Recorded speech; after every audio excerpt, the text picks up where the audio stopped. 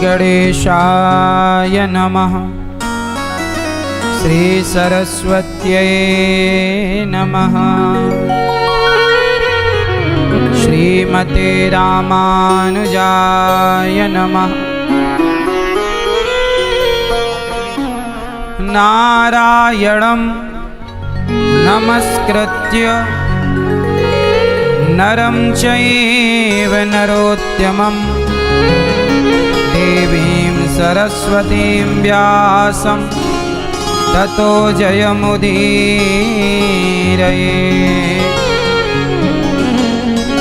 लक्ष्मीनाथसमारम्भां नाथयामुनिमध्यमाम् अस्मदाचार्यपर्यन्तां वन्दे गुरु परम्पराम्।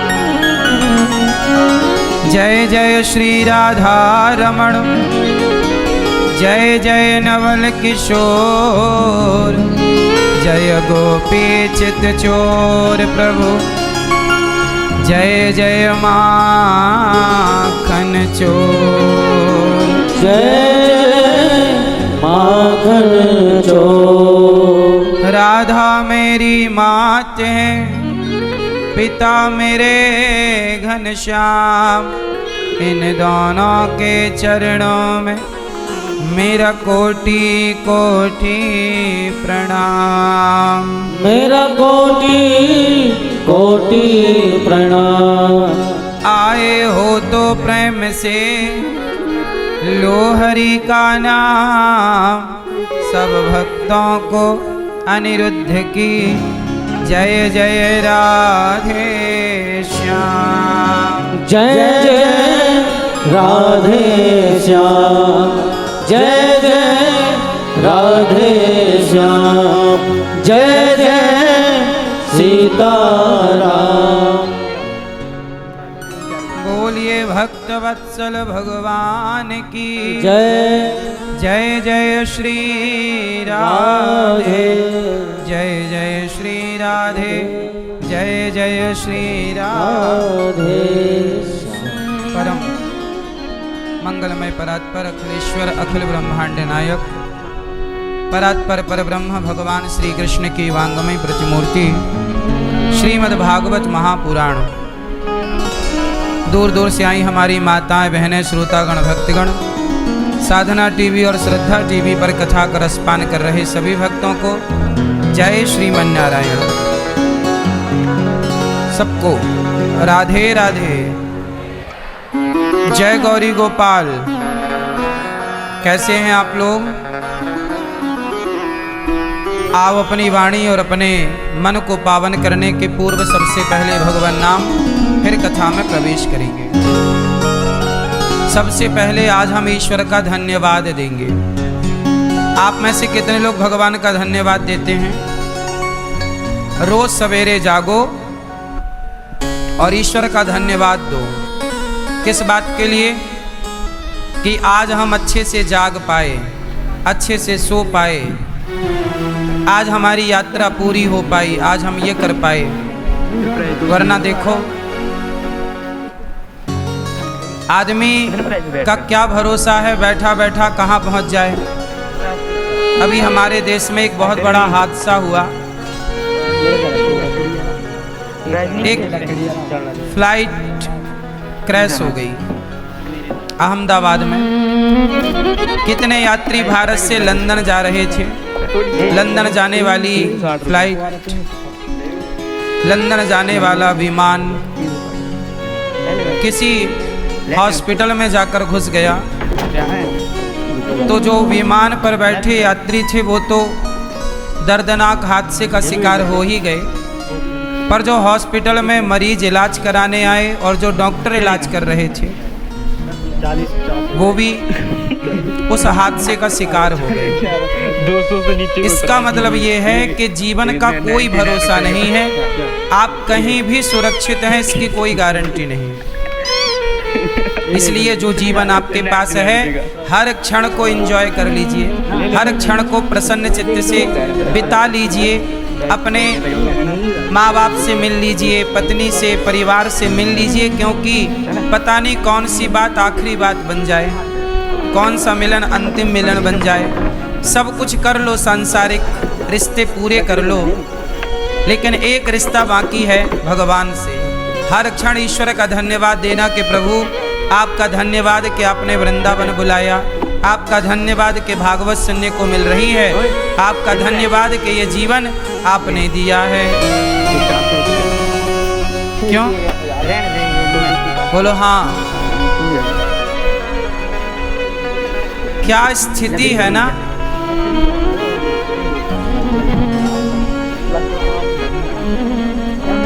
हम लोग 24 घंटे ईश्वर का धन्यवाद दें तो भी कम है। अच्छा ये बताओ, भगवान ने आप लोगों को कुछ दिया है या नहीं दिया? क्या क्या दिया है? टोपी वाले भैया, क्या है आपके पास ईश्वर का दिया? वो कौन सी चीज है जो ईश्वर की दी हुई है और आपके पास है? क्या है? भगवान ने आपको क्या दिया है? भगवान का दिया हुआ सबसे बड़ा तोहफा है ये मानव का शरीर। ये है तो हर रिश्ता है, ये है तो सब कोई है, ये नहीं तो कोई नहीं। हाँ या ना? क्योंकि संबंध शरीर से ही तो है। शरीर, अच्छा सोचो, संबंध शरीर से भी नहीं है,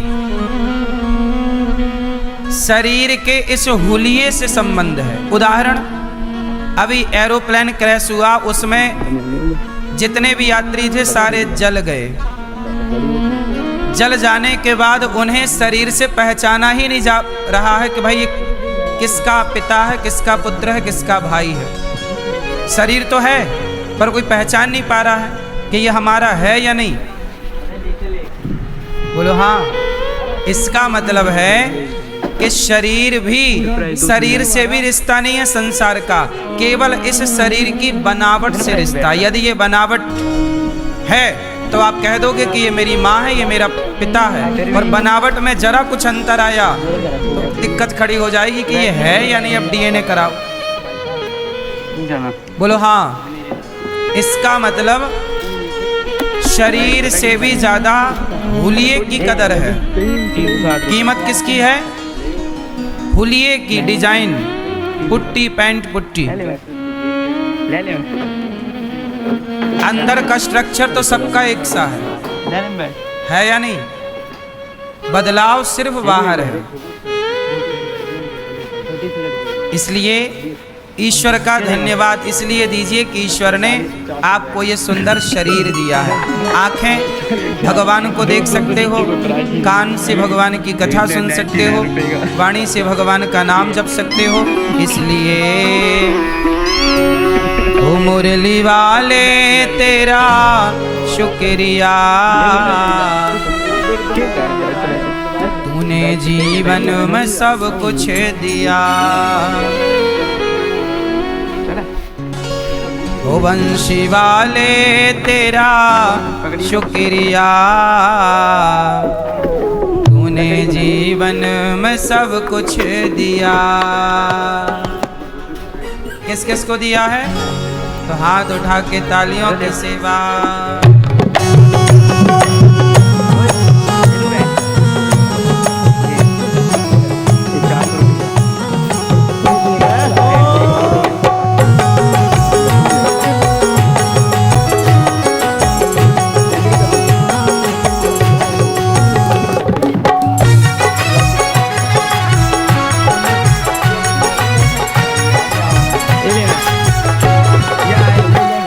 शिवाले तेरा शुक्रिया, शिवाले तेरा शुक्रिया, मुरली वाले तेरा शुक्रिया, मुरली वाले तेरा शुक्रिया, तूने जीवन में सब कुछ दिया। मुरली वाले तेरा शुक्रिया, तूने जीवन में सब कुछ दिया। शुक्रिया शुक्रिया ओ शुक्रिया शुक्रिया शुक्रिया शुक्रिया शुक्रिया शुक्रिया शुक्रिया शुक्रिया शुक्रिया वंशी वाले मुरली वाले तेरा शुक्रिया वंशी वाले तेरा शुक्रिया तूने जीवन में सब कुछ दिया ओ वंशी वाले तेरा शुक्रिया तूने जीवन में सब कुछ दिया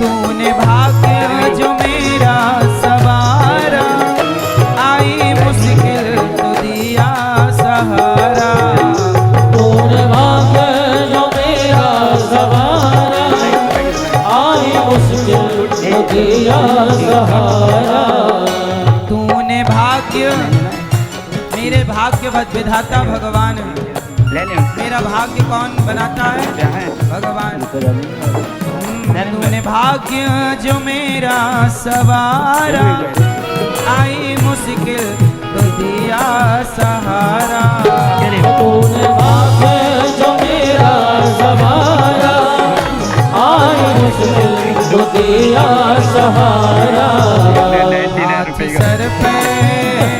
हाथ सर पे मेरे रख दिया हाथ सर पे मेरे रख दिया शुक्रिया शुक्रिया शुक्रिया वंशी वाले तेरा शुक्रिया तूने जीवन में सब कुछ दिया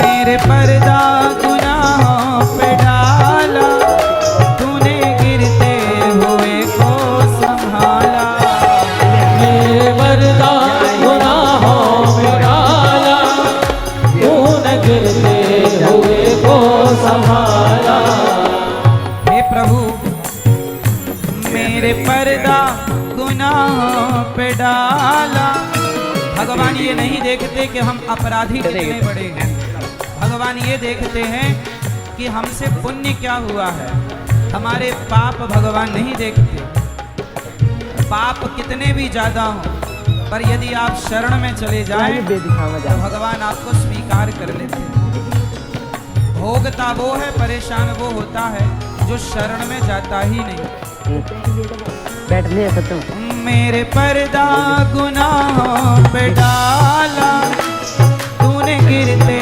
हुए को संभाला मेरे पर्दा गुनाहों में डाला तूने गिरते हुए को संभाला प्यार जीवन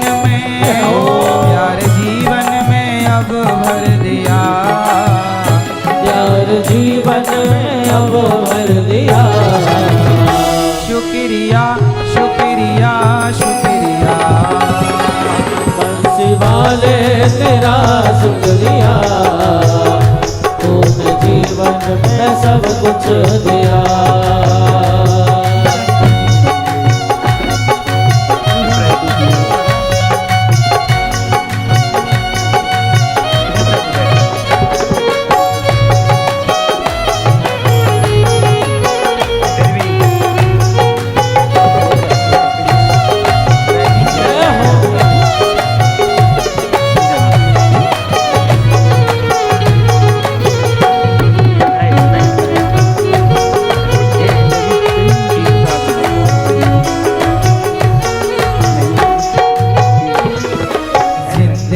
सवार दी तुमने हमारी, जिंदगी सवार दी तुमने हमारी। गाओ मेरे साथ। जिंदगी सवार दी तुमने हमारी, जिंदगी सवार दी तुमने हमारी। बांके बिहारी जय हो तुम्हारी, बांके बिहारी जय हो तुम्हारी। बांके बिहारी जय हो तुम्हारी, बांके बिहारी जय हो तुम्हारी। जिंदगी सवार दी तुमने हमारी, जिंदगी सवार दी तुमने हमारी। जिंदगी सवार दी तुमने हमारी, जिंदगी सवार दी तुमने हमारी। बांके बिहारी जय हो तुम्हारी, बांके बिहारी जय हो तुम्हारी। बांके बिहारी जय हो तुम्हारी, बांके बिहारी जय हो तुम्हारी। मुरली वाले तेरा शुक्रिया, बंसी वाले तेरा शुक्रिया। तूने जीवन में सब कुछ दिया, बंसी वाले तेरा शुक्रिया। तूने जीवन में सब कुछ दिया। बंसी वाले तेरा शुक्रिया। तूने जीवन में सब कुछ दिया। बंसी वाले तेरा शुक्रिया। तूने जीवन में सब कुछ दिया। मैं सब कुछ दिया। तूने जीवन में सब कुछ दिया।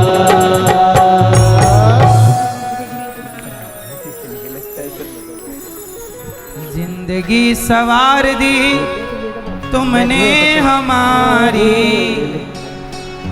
जिंदगी सवार दी तुमने हमारी, बांके बिहारी जय हो तुम्हारी, बांके बिहारी जय हो तुम्हारी, बांके बिहारी जय हो तुम्हारी। प्रिय भक्तों, बड़ी कृपालु हैं भगवान, बड़े दयालु हैं। आप सबको चाहिए कि आप भगवान को रोज याद करें, हर क्षण याद करें, क्योंकि भगवान के सिवा इस संसार में किसी का कोई नहीं है। आया और गया, लोग कहाँ चले गए, भगवान के घर से आए, भगवान के घर चले गए। हम कहाँ जाएंगे, भगवान के घर से आए, भगवान के घर जाएंगे। इसलिए आप और हम अच्छे अच्छे काम करें और प्रेम पूर्वक भगवान के घर पहुँचें। हमारे परीक्षित बन करके भैया भागवत जी के श्री विश्वेश्वर दयाल भारद्वाज जी, मैया श्रीमती मिथिलेश भारद्वाज जी, दामाद श्री राहुल जी और कंचन भारद्वाज जी, आनंद जी और वंचन भारद्वाज जी। वंचन 200 से नीचे कोई प्राइस नहीं। कंचन वंचन। इसने 99 रुपए का क्या ये तो बड़े प्रेम से दामाद स्नेहल जी और अरुणा भारद्वाज जी, कर्तव्य जी और कुंजली भारद्वाज जी, अनन्या, अमूल्य, स्तुति, कृधा, आदवय एवं समस्त भारद्वाज परिवार सिकंदराबाद बुलंदशहर से आप आए हैं। बहुत बहुत स्वागत श्री विश्वेश्वर जी का और मैया श्री मिथिलेश मैया का। आपके पुण्य से सबको भागवत जी मिल रही हैं। आज से आपने बड़ा काम किया, पितरों पर कृपा की और उन पर भागवत की कृपा करा दी आपने और उनका उद्धार निश्चित है। जिनका जो प्राणी जो व्यक्ति भागवत सुनता है उनके पितरों पर कृपा होती है, आप पर होती है, आने वाली पीढ़ी पर होती है। श्री साथी हमारे शशि गुप्ता जी, श्री मास्टर वीरेंद्र कुमार जी, श्री राजीव गुप्ता जी, अंजू गुप्ता जी, संजय गुप्ता जी, नीतू गुप्ता जी, गीता गुप्ता जी, संजय गुप्ता जी, इंदु गुप्ता जी और सुरेंद्र गुप्ता जी, नीलम जी और आशुतोष गुप्ता जी, समस्त गुप्ता परिवार दिल्ली से आप आए हैं। सभी का प्रेम पूर्वक खूब खूब स्वागत वंदन। भगवान आप सबको सुखी रखें।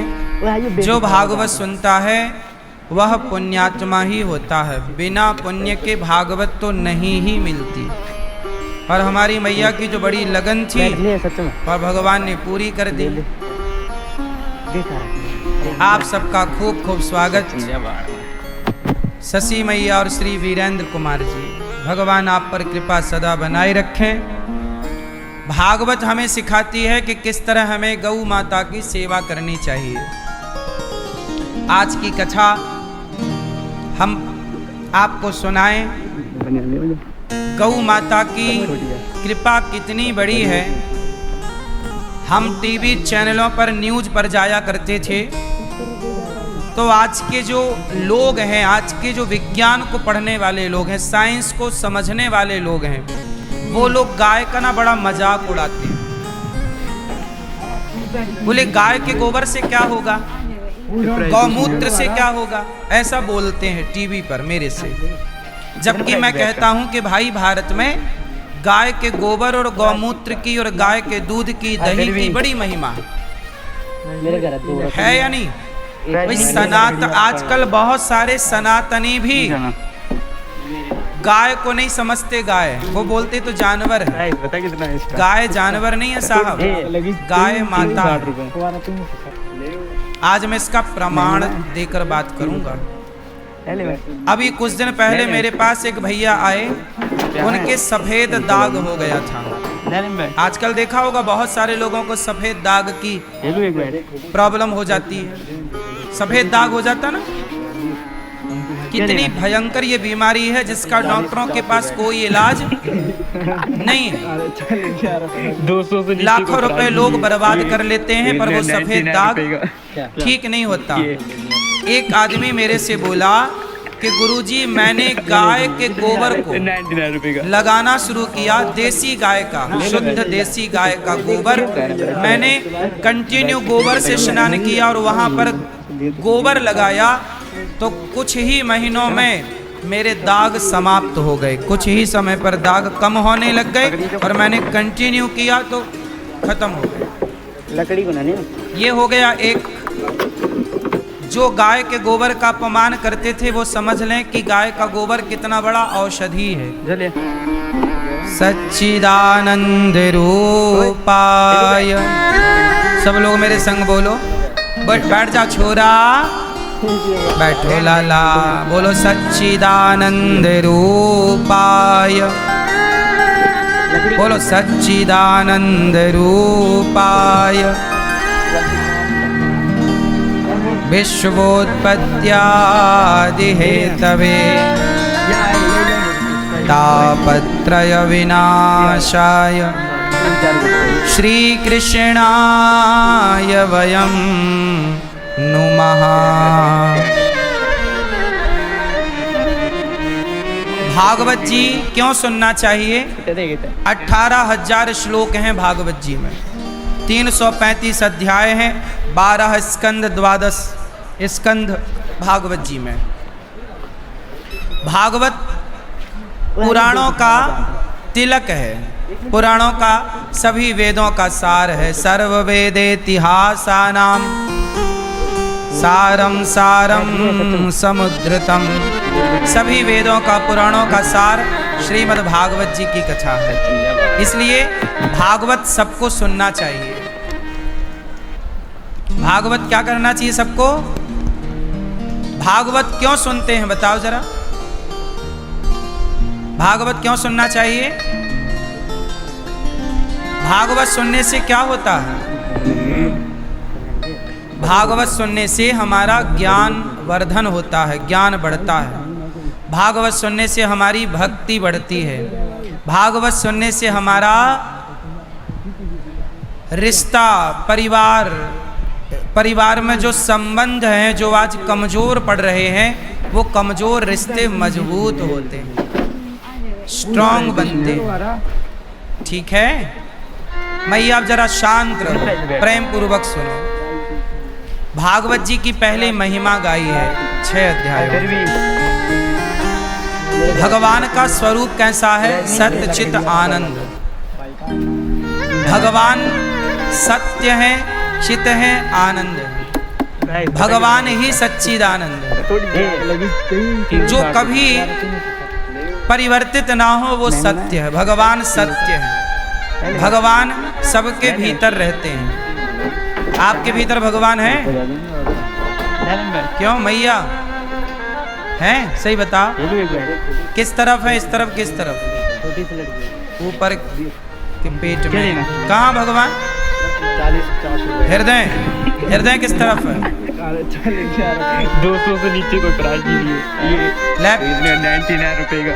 तो लेफ्ट में भगवान, राइट तरफ नहीं है भगवान? और कहीं जरूरत पड़ गई राइट तरफ तो ये ले चलिए, कितने का है? 99 रुपए का। भगवान कहाँ रहते हैं? कहाँ? बैठ से खेलने तक भगवान कहाँ रहते हैं?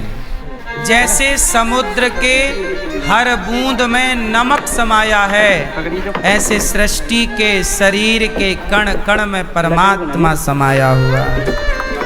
ईश्वर की व्यापकता एक जगह नहीं है कि आप कहें कि हृदय में भगवान है। हृदय तो एक छोटा सा पार्ट है ना शरीर का। दिल कितना बड़ा होता है, इतना सा।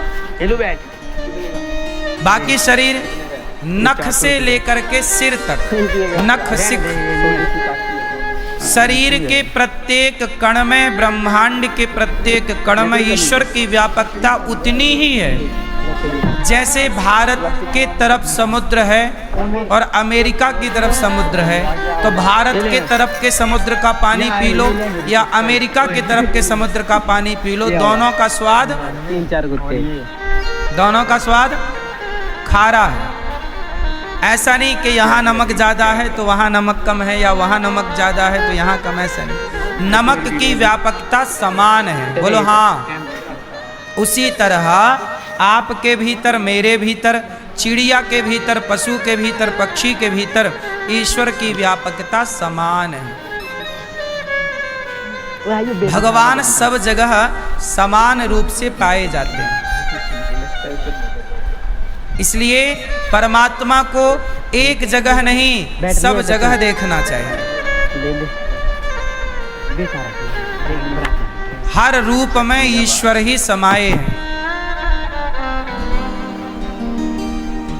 यहाँ तक कि मृत्यु भी ईश्वर का रूप है।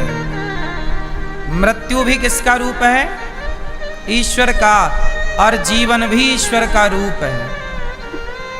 तो भगवान सच्चिदानंद स्वरूप हैं, प्रकाश स्वरूप और आनंद के सागर हैं।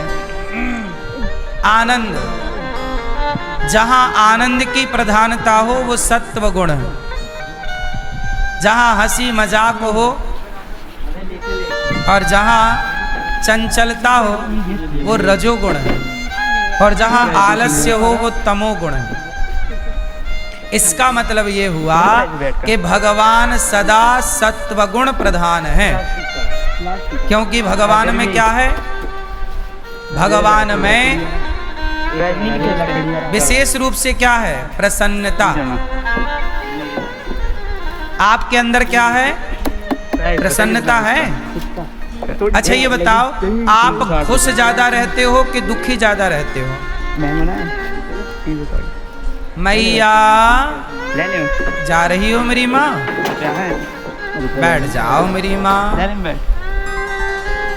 शांति से बैठो और चुप रहो, शोर शराबा ना करो। ओ पीले भैया बैठ जाओ प्रभु, खड़े हो के तुम मोबाइल चला रहे हो, बताओ। बैठ के चला दो। 200 से नीचे कोई प्राइस नहीं। सब बैठ जाओ, सुनो। 99 रुपए का। ये बताओ, आप लोग सुखी ज्यादा रहते हैं कि दुखी ज्यादा, खुश ज्यादा है 99 रुपए कि का। रोते ज्यादा है?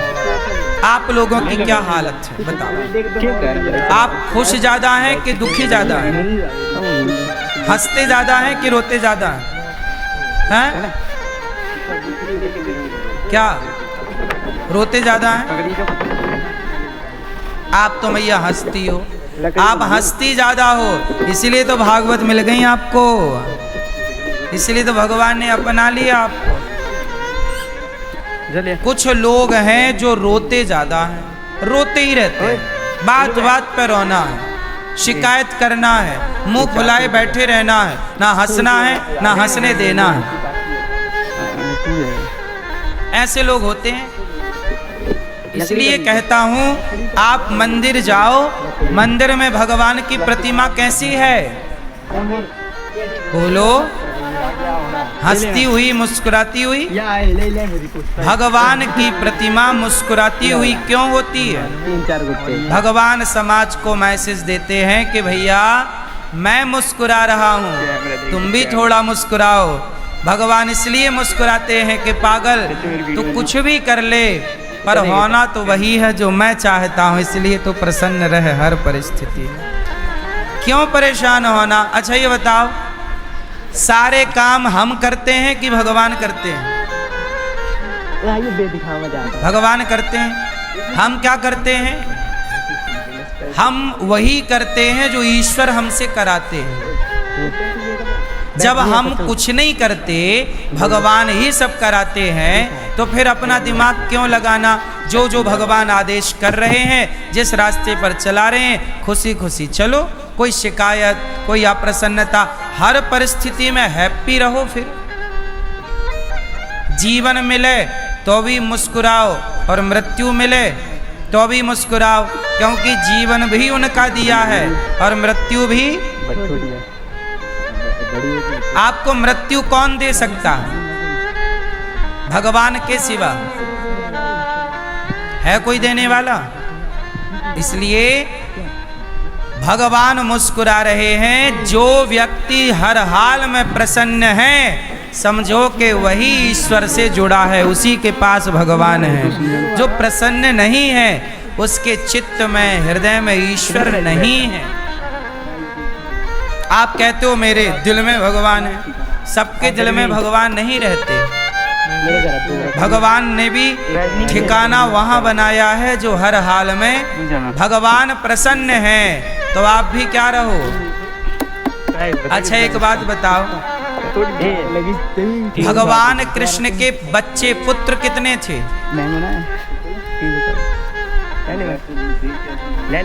मैया बताओ मेरी माँ, भगवान श्री कृष्ण के पुत्र कितने हैं? क्या लेना? नहीं पता?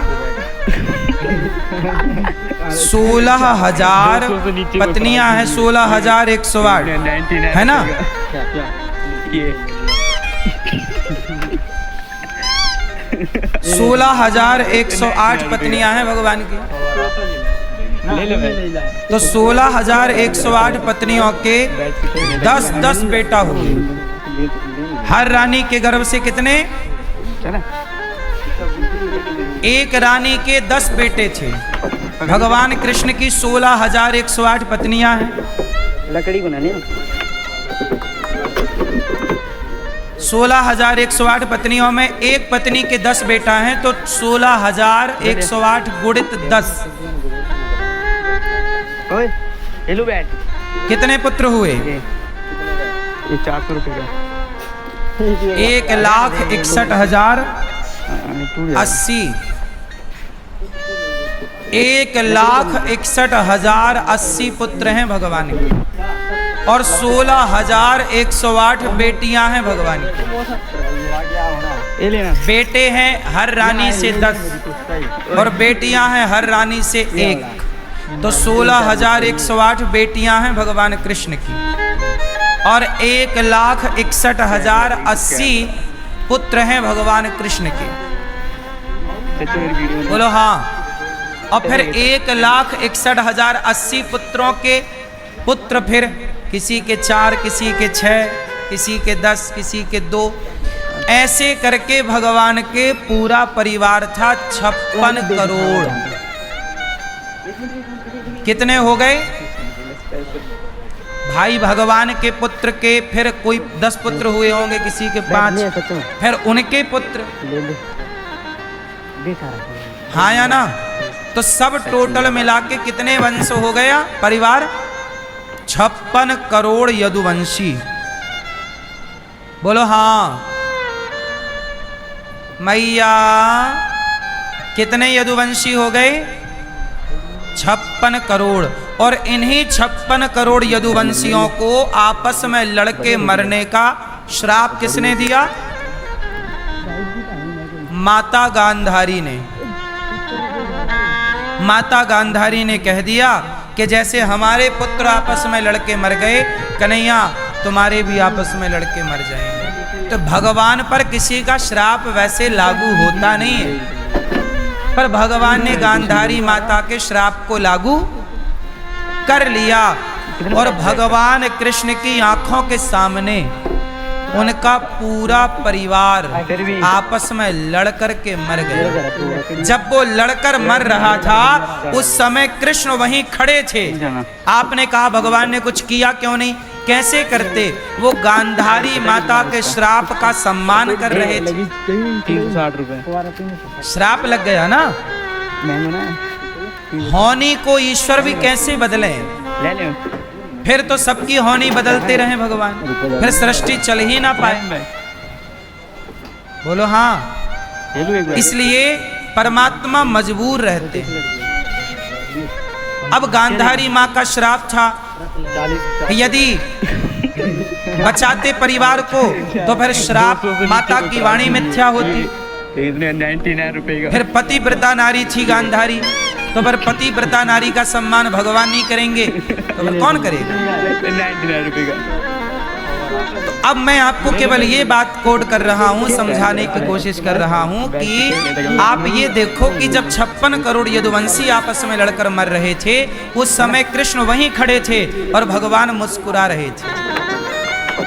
अब आपसे सवाल है कि जब आपस में बच्चे लड़ रहे थे तो भगवान मुस्कुरा क्यों रहे थे? आपके जीवन में जरा सा हादसा हो जाए, जरा सी मुसीबत आ जाए तो आप रो रो के परेशान हो जाते हैं, पर भगवान का पूरा परिवार समाप्त होने की स्थिति पर है। ये 400 रुपए का। और भगवान मुस्कुरा रहे हैं। क्यों? आप जरा उत्तर दो कि कृष्ण क्यों मुस्कुरा रहे हैं? लकड़ी का क्या? इसलिए तो वो भगवान हैं, इसलिए तो वो भगवान हैं कि जो हर परिस्थिति में, वो हर परिस्थिति में सम रहते हैं। 3-4 गुत्ते। श्री कृष्ण हर परिस्थिति में हैप्पी रहते हैं, प्रसन्न रहते हैं। और आप लोग हर घंटे बदलते हो, चाचा मेरी वीडियो बना। आपका मूड, आपके विचार हर घंटे बदलता है। हाँ या ना? और भगवान हर समय एक प्रसन्न मुद्रा में रहते हैं, चाहे परिस्थिति सामने कैसी भी हो, सिचुएशन कैसी भी हो। भगवान ने जी कर बताया दुनिया को कि जीवन भैया ऐसे जिया जाता है। देखो हर परिस्थिति में खुश रहो। भगवान मुस्कुरा क्यों रहे थे? क्योंकि भगवान ये जानते थे कि ये जो हो रहा है ये होना तय था। ये जो हो रहा है ये होना तय है। भगवान के बच्चे आपस में लड़के मर रहे। अब सोचिए 56 करोड़ लाशें बिछी हैं, केवल एक बचा था।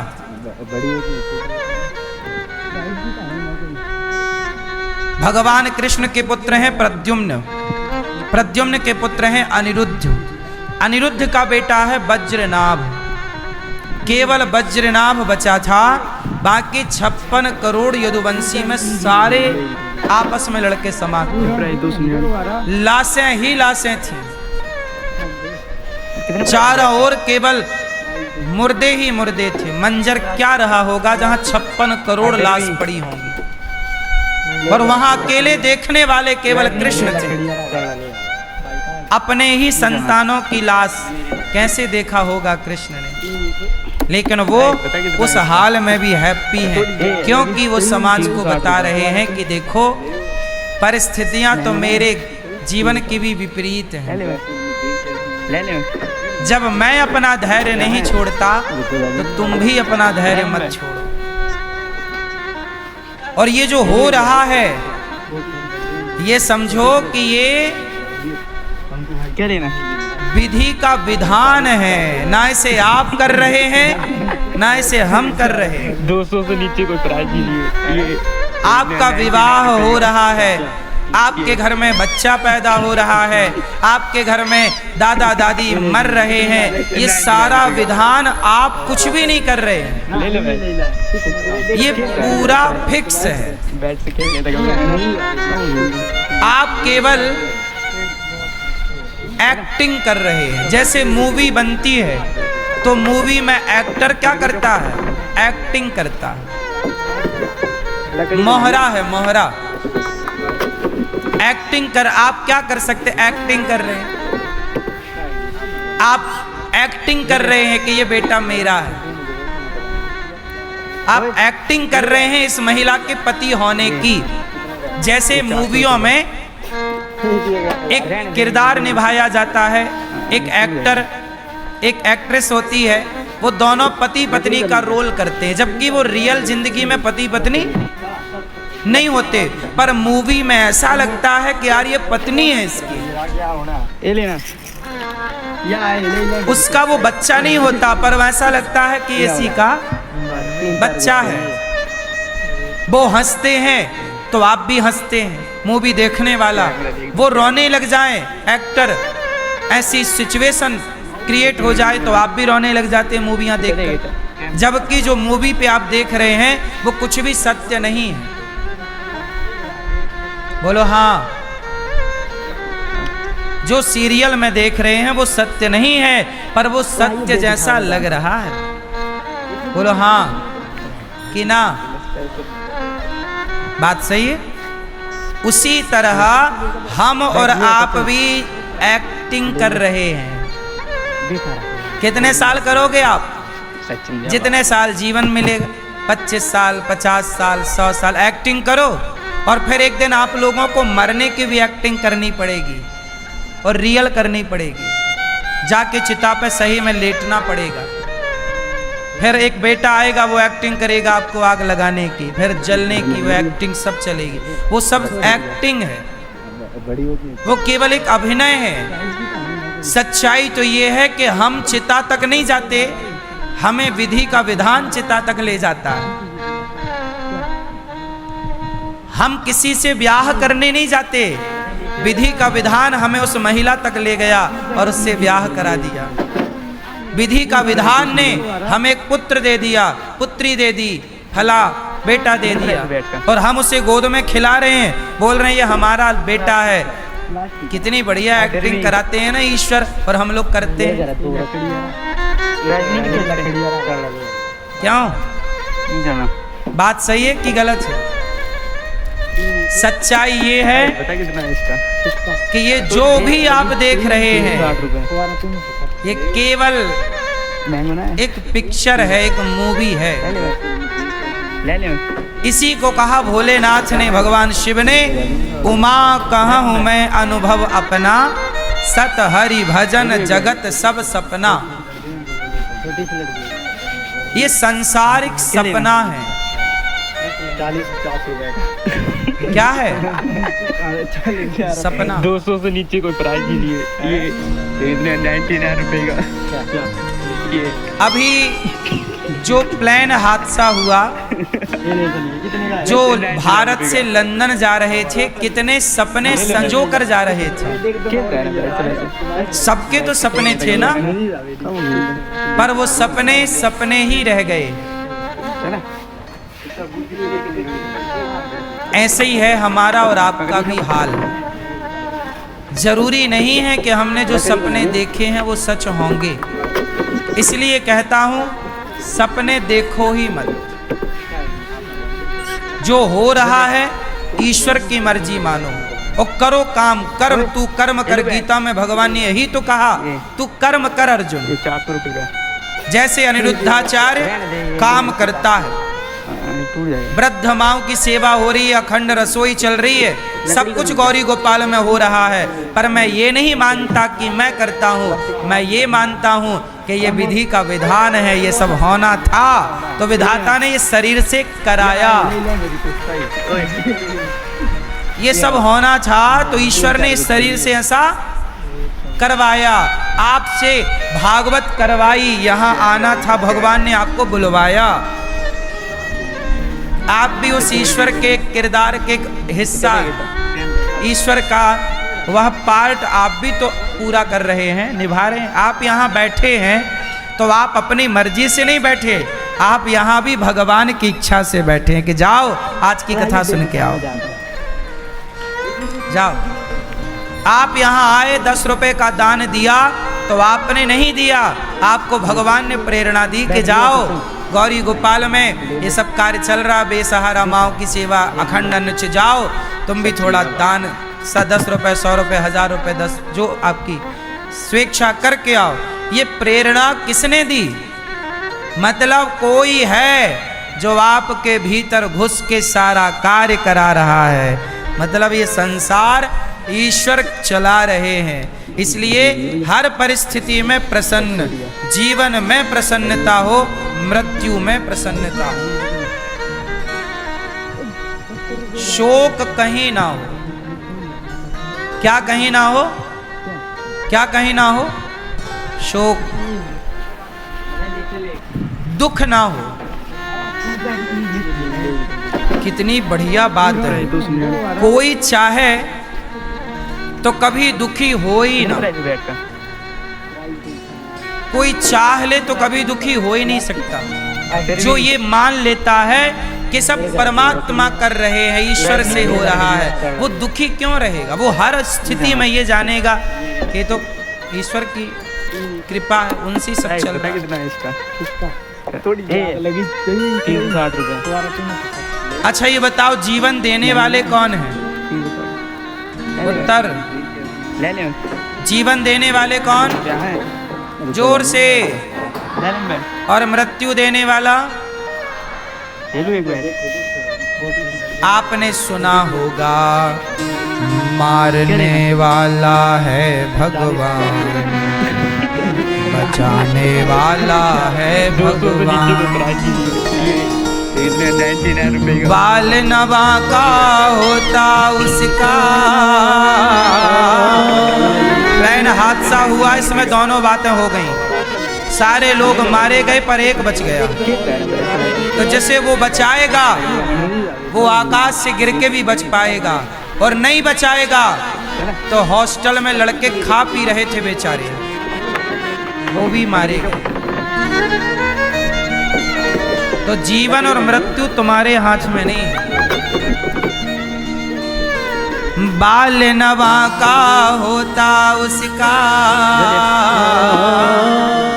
बाल नवा का होता जिसका रक्षक दया निधान। मारने वाला है भगवान, बचाने वाला है भगवान, मारने वाला है भगवान। और सोचो जो बचा उसकी एक भी हड्डी नहीं टूटी, वरना आदमी खड़े खड़े गिरे तो हड्डियां टूट जाती हैं, और वो 450 फीट ऊपर से गिरा। 3-4 गुत्ते। हाँ या ना? हड्डी नहीं टूटी। कैमरा देख दो, कैमरा। उसी आग से वो बाहर निकल आया जिस आग में सारे जल गए। तो बताओ आपको क्या लग रहा है? कौन है मारने वाला और कौन है बचाने वाला?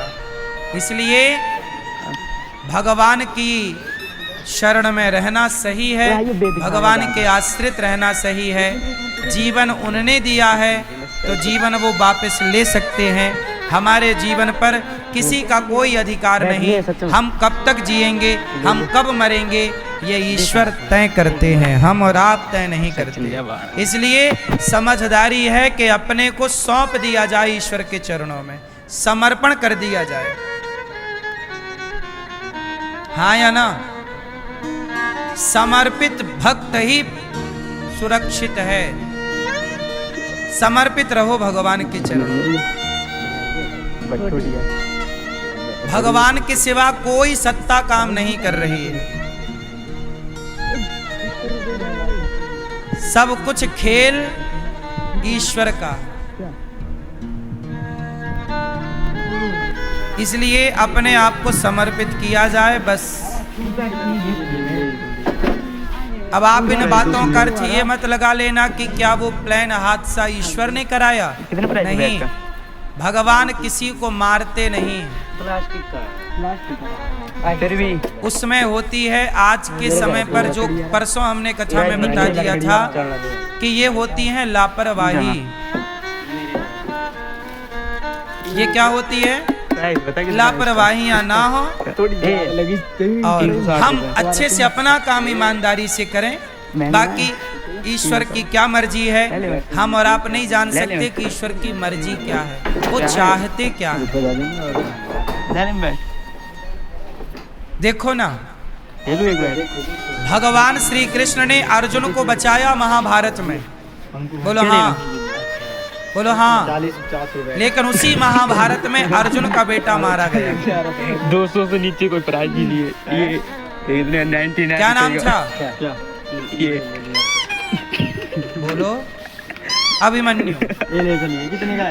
जब भगवान अर्जुन को बचा सकते थे तो अभिमन्यु को भी तो बचा सकते थे। सवाल खड़ा है ना? बैठ से खेल लेता क्यों मैया? जो भगवान अर्जुन को बचा सकते हैं महाभारत में, पांचों पांडवों को बचा सकते हैं महाभारत में, क्या वो अभिमन्यु को नहीं बचा सकते थे? सगे भांजे हैं भगवान के अभिमन्यु, बहन का भैया, बहन का बेटा है सुभद्रा का। नहीं बचाया, क्यों? भगवान से पूछा किसी ने बाद में कि प्रभु आपने अभिमन्यु को क्यों नहीं बचाया, जबकि भगवान अभिमन्यु को बहुत प्यार करते थे। अभिमन्यु को ये अस्त्र शस्त्र सिखाया भी भगवान कृष्ण ने ही था। अर्जुन ने भी सिखाया था, भगवान ने भी विद्याएं सिखाई थी। कहा भगवान ने कि अभिमन्यु की उम्र केवल 20 वर्ष ही थी। जिस समय अभिमन्यु मारा गया उस समय अभिमन्यु की उम्र क्या थी? लगभग 20 साल। 20 साल का जवान लड़का था। भगवान ने कहा इसकी आयु 20 वर्ष की ही थी, तो जाना पड़ेगा। गए। हर व्यक्ति यदि जीवन लेकर आया है तो आप सब अपनी मृत्यु लेकर भी आए हैं। आपके संग केवल आपका जीवन नहीं चलता, परछाई बनकर आपकी मृत्यु भी आपके संग संग चलती है। आप जब अपना हैप्पी बर्थडे मनाते हो, जन्मदिन मनाते हो, तो वो जन्मदिन भी होता है और वह आपके जीवन में मृत्यु 1 साल निगल चुकी होती है। मृत्यु आपको थोड़ा थोड़ा करके मारती है। जैसे आप कितने साल के हो गए? बोलो।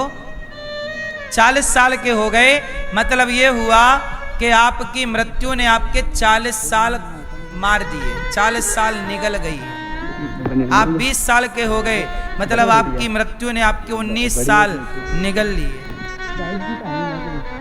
बोलो हाँ। और एक दिन फाइनल जीवन भी निगल के बैठ जाएगी। इसलिए हम कहते हैं कि मृत्यु तो आएगी, लेकिन मृत्यु के पहले किसे आना चाहिए? चित्त में, हृदय में गिरधर गोपाल आ जाएं, भगवान प्रकट हो जाएं तो मरना सार्थक हो जाए, जीवन की यात्रा पूरी हो जाए, भगवान आ जाएं चित्त में। यदि प्रभु आ गए तो समझ लो कि जीवन मरण सब सार्थक है। तो भगवान सत्य चित आनंद के सागर, इसलिए खुश रहा करो। ये मानो कि सब प्रकृति है, विधि का विधान है, हमें खुश रहना है। ले ले आपकी होंठों से प्रसन्नता गायब ना हो, बस मैं यही प्रार्थना करता हूँ। गायब कर भी लोगे तो नुकसान आपका, फायदा होए तो मुझे बता दो। क्या लेना? रोने से कोई काम बने, मुंह फुलाने से कोई काम बने, आत्महत्या करने से कोई काम बने, 200 से नीचे तो बताओ। के लिए कुछ होता हो तो हम भी करें। 99 रुपए का ये समाधान क्या है? समाधान है कि हर परिस्थिति को, हर सिचुएशन को स्वीकार किया जाए। बैठ से खेल लेते हमारे सामने जो परिस्थिति है उस परिस्थिति में रहा जाए और हैप्पी रहा जाए, खुश रहा जाए, क्योंकि आप उसे बदल नहीं सकते। पकड़िए जो आपकी पत्नी बड़ी टेढ़ी है लकड़ी बनानी है। स्वभाव से, आपने पूरा जोर लगा लिया बदलने का, नहीं बदली। अब आपको करना क्या चाहिए कि इसके हाल में ही इसके साथ अब हैप्पी रहो, क्योंकि मुंह फुलाने से कुछ होना नहीं। ले लो बैठ। ये 400 रुपए का। अब पति जैसा है, अंधा लंगड़ा बहरा काना खोरा, अब है सो है, अब बदल तो आप सकते नहीं है। लकड़ी का लूं क्या? तो अब जैसा है उसे स्वीकार करना पड़ेगा। परिस्थितियां जैसी हैं उन परिस्थितियों में रहना पड़ता है। जो हर परिस्थिति में रह लिया वही सफल है। और आप लोग क्या कहते हैं? आप लोग चाहे महाराज जी परिस्थितियां हमारे हिसाब से होनी चाहिए, तुम्हारे हिसाब से कोई परिस्थिति नहीं होती। आप यही तो चाहते हैं कि हमारे हिसाब से हमारी पत्नी चले, हमारा पति चले, हमारा बेटा चले, पर जब लोग नहीं चलते तो आप परेशान होते हैं। हमारे हिसाब से होना चाहिए, नहीं, हर चीज आपके हिसाब से नहीं हो सकती। अरे और तो छोड़ दो, आपका शरीर भी आपके हिसाब से नहीं चलता। आप लोग कोई नहीं चाहते कि आपके बाल सफेद हो जाएं, पर हो जाते हैं। आप कोई नहीं चाहता कि आपका बुढ़ापा आ जाए, पर आ जाता है। मतलब आपका शरीर भी आपके हिसाब से नहीं चल रहा है। चल रहा हो तो बता दो। आपकी बॉडी आपके हिसाब से चल रही है? क्यों भैया? भैया आपका सिस्टम आपके हिसाब से चल रहा है? बॉडी चल रही है? नहीं ना। आपका शरीर दिनों दिन कैसा होता जा रहा है? प्लस के माइनस 20 साल तक प्लस होता है, 25 साल तक प्लस होता है, 30 साल तक प्लस होता है, और ले लो मोटा मोटा तो 35 साल तक प्लस होता है। 35 साल के 36वें साल में आपका बॉडी, आपका शरीर, आपकी ताकत, आपकी एनर्जी दिनों दिन गिरती है। ना कि आप कितना भी फिर खाओ, कितना भी अंडा मुर्गी मछली जो आप लोग खाते हैं उल्टा सीधा, जो कि नहीं खाना चाहिए, कितना भी खाओ, लेकिन आप प्लस अब ना होंगे। अब तो होंगे तो केवल बोलो प्राइस बता कितना है इसका? माइनस। यही प्रकृति है। पतंग ऊपर जाएगी पर कितनी जाएगी उसकी भी तो एक सीमा है। ले ले जाएगी फिर कहाँ आएगी? यही है। ग्राफ ऐसे ही तो चलता है, शेयर बाजार ऐसे ही तो चलता है। डॉक्टर वहाँ मशीन पे लिटाता है, वहाँ भी यही सिग्नल आता है। वेंटिलेटर बोलते उसको। ऐसी लाइनें चलती हैं, ऊपर नीचे ऊपर नीचे, 200 से नीचे को सीधी हो जाए मतलब डेथ खत्म। 99 रुपए का। सीधा कुछ नहीं है साहब, जो है सब टेढ़ा ही है, और टेढ़े को स्वीकार करना जिंदगी है। इसी परिस्थिति को मैनेज करना, इसी में रहना और इसी में हैप्पी रहना, यही सबसे बड़ा मैनेजमेंट। हर परिस्थिति में प्रसन्न रहने वाला सबसे बड़ा मैनेजमेंट, संभालने वाला और जानने वाला व्यक्ति। बोलो हाँ लकड़ी ना। तो क्या रहोगे आप लोग? हर हाल में प्रसन्न रहो, क्योंकि परिस्थितियां आपके हिसाब से नहीं हो सकती। पत्नी आपके हिसाब से नहीं हो सकती, अब आप उसके हिसाब से हो जाओ। पति आपके हिसाब से नहीं हो सकता, अब आप उसके हिसाब से हो जाओ। सही है। आप के हिसाब से पत्नी है कि पत्नी के हिसाब से आप हो? आप इनके हिसाब से हो कि ये आपके हिसाब से? ये लेना कथा सुनेंगे तो बैलेंस बन जाएगा। कथा सुनेंगे तो जीवन में बहुत कुछ आएगा। इसलिए कहता हूं कि छोरा छोरी ब्याह करें तो सबसे पहले लाके कथा में बिठा दो। 7 दिन कथा सुनेंगे तो 7 जन्म का रिश्ता मजबूत हो जाएगा। कथा ही रिश्ते को मजबूत कर सकती है। और कथा नहीं सुना और सीधा हनीमून मनाने चले गए तो मून कम होगा, खून ज्यादा हो जाएगा।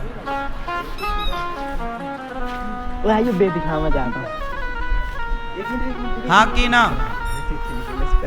अभी एक लड़की गई थी अपने पति के संग हनीमून मनाने, वो तो लौटाई पर पति को निपटा दिया।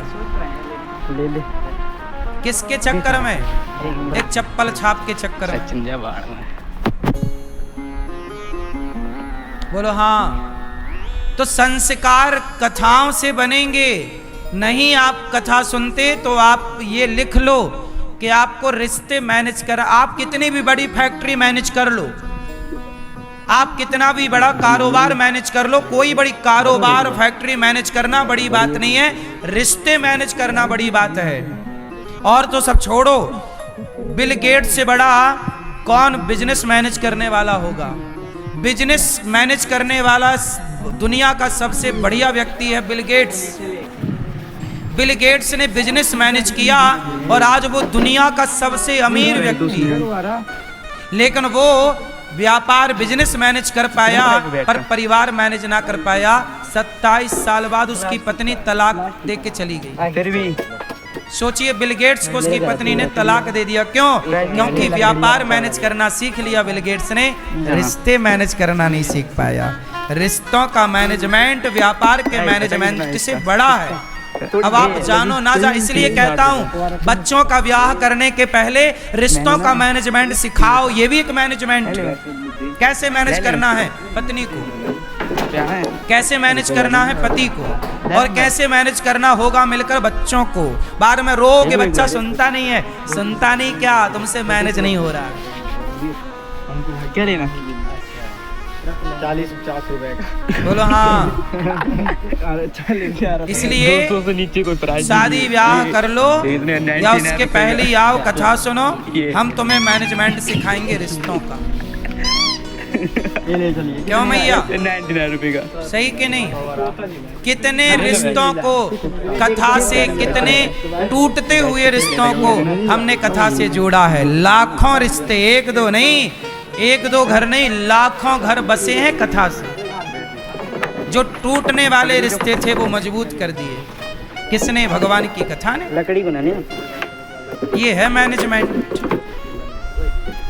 इसलिए पति को ले आओ, पत्नी को ले आओ, शादी करके छोरा छोरियों को पहले यहाँ वहाँ ना भेजो, हनीमून पे यहाँ लाओ, पहले 7 दिन कथा सुनाओ, समझेंगे एक दूसरे को, बताएंगे उनको कि पत्नी का महत्व क्या है। पति का आजकल महत्व कोई नहीं बता रहा। पत्नी का महत्व क्या, पति का महत्व क्या? एक हम हैं जो पत्नी और पति का महत्व बता रहे हैं। हम कथा में बताते हैं कि पत्नी का महत्व कितना, हम बताते हैं कि पति का महत्व कितना, पति पत्नी का क्यों आदर करे, पुरुष को क्यों सम्मान करना चाहिए पत्नी का, और पत्नियों को क्यों इज्जत करनी चाहिए पति की। क्यों? बता दूं 2 मिनट में? भैया बताओ, आप बताओ, पति की इज्जत क्यों करनी चाहिए? आप पीली मैया, पति की इज्जत क्यों करनी चाहिए? पीली मैया, पति की इज्जत क्यों करनी चाहिए? पीली मैया ऊपर वाली बताओ, सोफे वाली, 5 मैया बताओ। पति, पति बताओ, पति की इज्जत क्यों करनी चाहिए? हैं? परमेश्वर होता है। अच्छा पुरुष बताएंगे, आपकी होगी शादी? ये हाँ, ब्याह हो गया, पत्नी कहाँ है? मायके। लड़के, लड़के गई कि प्यार से गई? लड़के गई घर में। बड़ी होती है। बैठो। अरे आपके बारे में नहीं, इन छोरा से पूछ रहे हैं। तुम क्यों परेशान हो रहे हो? अच्छा ये बताओ, पत्नी की इज्जत करनी चाहिए कि नहीं? क्यों करनी चाहिए? अर्धांगिनी है, कोई विशेषता, विशेष बात है? देखो किसी को नहीं पता पत्नी की इज्जत क्यों करनी चाहिए। कारण बताओ, कारण। पति की इज्जत क्यों करनी चाहिए, कारण बताओ। कारण कोई नहीं बता, करनी चाहिए सब बता। ठीक है, जब कारण बताओगे तो श्रद्धा जागेगी। रिश्तों में भी श्रद्धा चाहिए, केवल भगवान के प्रति श्रद्धा नहीं चाहिए। अरे बाप बेटे के रिश्ते में भी श्रद्धा चाहिए, माँ बेटे के रिश्ते में भी श्रद्धा चाहिए, और पति पत्नी के रिश्ते में भी क्या चाहिए? श्रद्धा होगा तो प्रेम होगा, श्रद्धा ही नहीं है तो खाक प्रेम होगा। रिश्तों में भी श्रद्धा चाहिए। वो कब बनेगी? जब महिमा सुनोगे। इसलिए सत्संग, इसलिए भगवान की महिमा सुनने से भगवान से प्रेम होता है। गंगा की महिमा सुनोगे तो गंगा का महत्व पता चलेगा। एकादशी की महिमा सुनोगे तो एकादशी का महत्व पता चलेगा। नर्मदा की महिमा सुनोगे तो नर्मदा का महत्व पता चलेगा। छठ पर्व का महत्व सुनोगे तो छठ पर्व का महत्व पता चलेगा। वरना क्या जाने क्या होती है गंगा, क्या होती है यमुना। 99 का। भाई महिमा सुनोगे तब ना पता, अच्छा ये यमुना है, अच्छा ये गंगा है। ऐसे ही पत्नी की महिमा होती है, पति की महिमा होती है। क्यों इज्जत करनी चाहिए? कारण सुनो। स्त्री, पहले किसका बताऊं? पुरुष का क्यों सम्मान करना चाहिए कि स्त्री का क्यों सम्मान करना चाहिए? लकड़ी बनाने। पहले किसका बताऊं? पहले स्त्री, लेडी फर्स्ट। ठीक है, पहले स्त्री का सम्मान क्यों? पुरुष सुने, सारे पुरुष कान खोल लो, कान चालू करो सब अपने अपने। सुनो, पत्नी का सम्मान क्यों करना चाहिए? क्योंकि पत्नी किसी साधु, किसी संत से कम नहीं होती। जितना त्याग भारत के एक सन्यासी के भीतर होता है, जब भारत का कोई व्यक्ति, भारत का कोई ब्राह्मण सन्यासी बनता है, तो सन्यासी जब वो बनता है तो अपना बाप, अपनी माँ, अपना भाई, अपना परिवार सबको छोड़ता है। सन्यासी जब बनता है तो अपना नाम, अपना गोत्र छोड़ता है, अपना ही वो पिंडदान कर देता है। अपना क्या कर देता है? स्वयं का पिंडदान करता है, और फिर क्या बनता है? सन्यासी। यही सन्यासी का विधान है। तो जो त्याग एक सन्यासी करता है, वो त्याग सहज में एक स्त्री करती है। विवाह होता है, जिस दिन विवाह हुआ तुमने मांग भर दी, उस दिन से उसका गोत्र बदल जाएगा। उसने अपना गोत्र छोड़ दिया, स्वयं का नाम छोड़ दिया। अब तुम्हारी माँ को माता मानेगी, तुम्हारे बाप को पिता मानेगी, तुम्हें अपना देवता मानेगी, तुम्हारे भाई को अपना छोटा भाई मानेगी, तुम्हारी बहन को अपनी बहन मानेगी, और अपने पूरे परिवार को केवल आप पति के लिए सबको छोड़कर ससुराल आ जाएगी, मायके को त्याग कर। और जो स्त्रियां मायके को त्याग पाती हैं, ससुराल को अपना पाती हैं, वही स्त्रियां अपना घर बचा पाती हैं। और जो मायके को स्वीकार, जो ससुराल को स्वीकार नहीं कर पाती, जो मायके में घुसी रहती हैं, ऐसी स्त्रियां अपने घर में आग लगा लेती हैं। तो स्त्रियों की भी दो प्रजाति हैं। स्त्रियों की दो प्रजातियां हैं। एक प्रजाति वो है जो विवाह के बाद पूरा समर्पण पति में कर देती हैं और ससुराल के रिश्तों को स्वीकार कर लेती हैं, और दूसरी प्रजाति की होती हैं जो विवाह के बाद भी ससुराल के किसी संबंध को स्वीकार ना करके और मायके की तरफ घुसी रहती हैं, वो अपना नाश कर लेती हैं। दो प्रजाति की स्त्रियां होती हैं। जो विवाह के बाद भी अपने माँ बाप से अटैच रह जाती है, ज़्यादा ज़रूरत से ज़्यादा, वो अपना घर तहस नहस कर लेती है। बता कितना है इसका?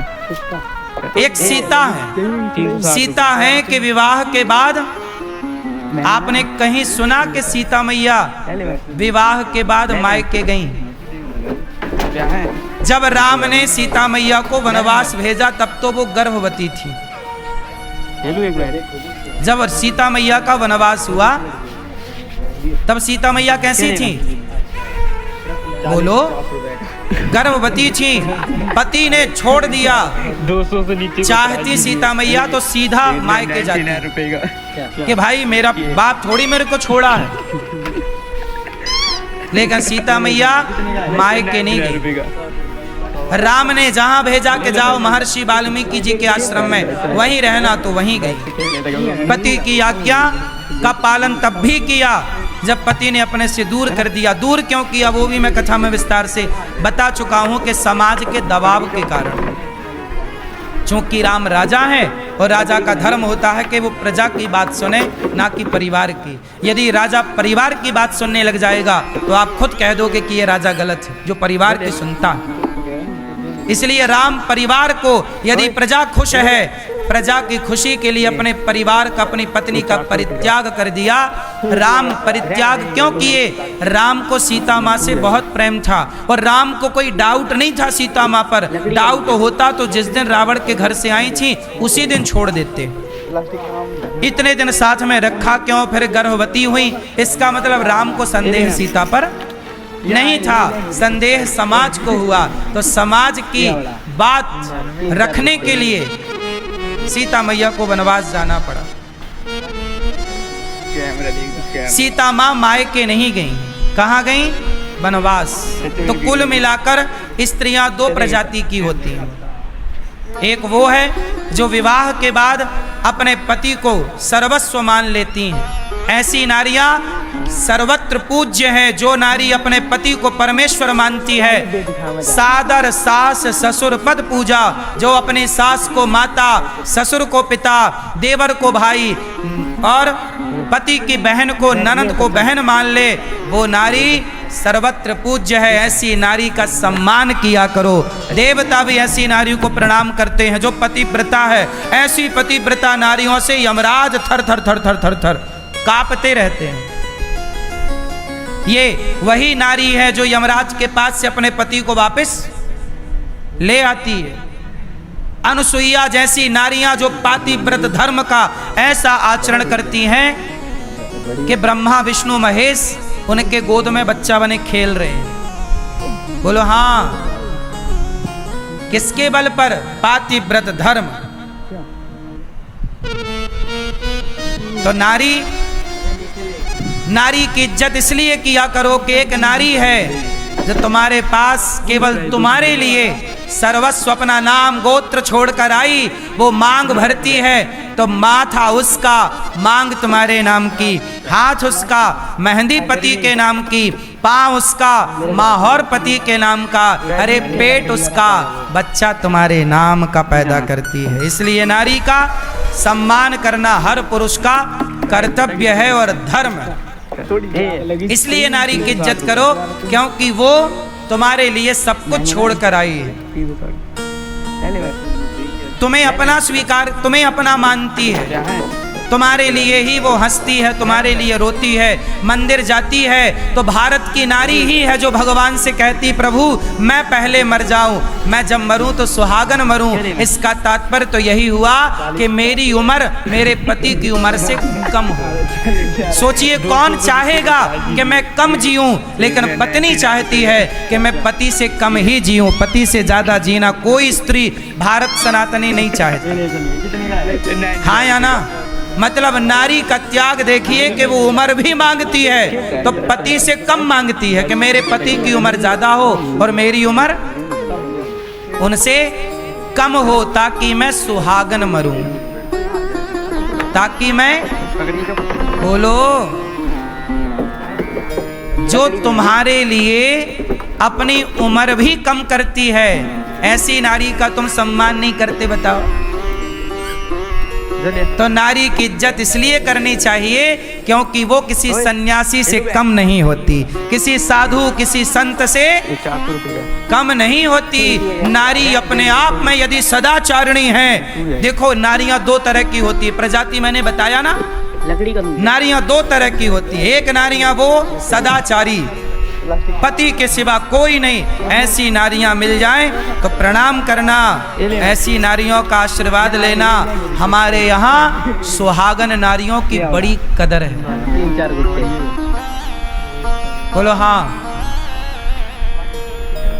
नारियां तो कुछ अपने से बिगाड़ ली ना। अब देखो उसने पति को मरवा दिया, पति को मरवा के और दूसरे के संग घूम रही है, ऐसी स्त्रियां ये तो करोड़ों जन्मों तक नाली का कीड़ा बनेंगी। ये क्या, ये पतिव्रता स्त्रियों की क्या बराबरी करेंगी? ये तो ना पतिव्रता नारियों के घर में जो नाली है ना, उस नाली का कीड़ा बनने के लायक भी ये नारियां नहीं हैं जो अपने पति को धोखा देती हैं।